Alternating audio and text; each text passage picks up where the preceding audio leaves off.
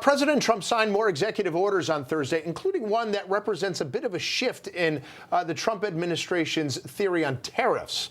They're now moving to what they call reciprocal tariffs, where they're going to sort of match what other countries are doing in terms of putting tariffs on American imports.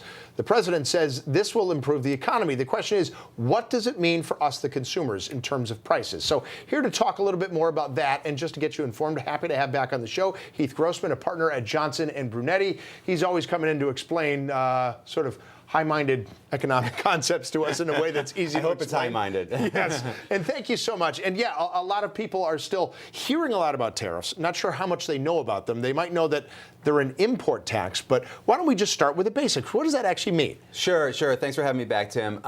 This is a big topic lately. Tariffs, it's essentially an extra tax or extra fee on a good that's imported. Yeah. And, some people will say that that is borne by the company that's importing that, or is borne by the country that's exporting it. Ultimately, that gets passed on to the consumer in terms of higher prices very often. Yes. Now, initially, the idea was that the Trump administration was going to do blanket tariffs, like anything coming in from, say, Mexico or Canada or China, all tax it at the same percent.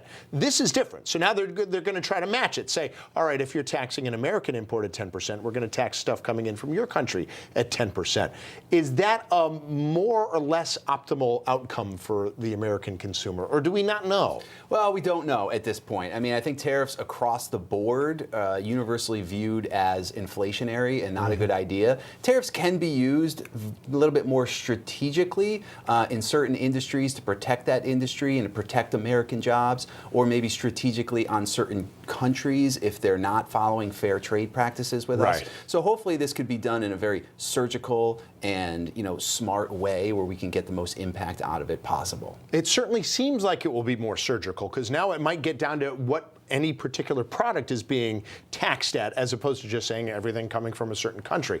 I imagine that it's going to make it harder to enforce, harder to sort of develop in the first place. Sure, absolutely. I mean, all this stuff is very difficult to administer. The other aspect of it is this a negotiating tactic or ploy? Look at what happened a couple of weeks ago when we were going to slap some tariffs on Mexico and Canada. That didn't even last that day. By the end of that day, that everything was reversed. So maybe this is a little bit more of a negotiating tactic, and we can get some countries to come to the table and loosen up their trade practices with us, and everybody can benefit all around. Yeah, but who knows? We got to see. We got to see. Certainly, they've already gotten Mexico and Canada at least come to the table, but it seems fraught with some possibility of problems, just given how much inflation we've seen already. And you say generally this is inflationary. That seems to be the consensus view amongst economists, is it not? Yeah, absolutely. Tariffs ultimately, especially across the board, do increase prices, right? The expectation is that, the American consumer is going to bear the extra cost of this, right? So what happens over time, right? Will they stop buying these products, right? Will we turn towards other suppliers for these products,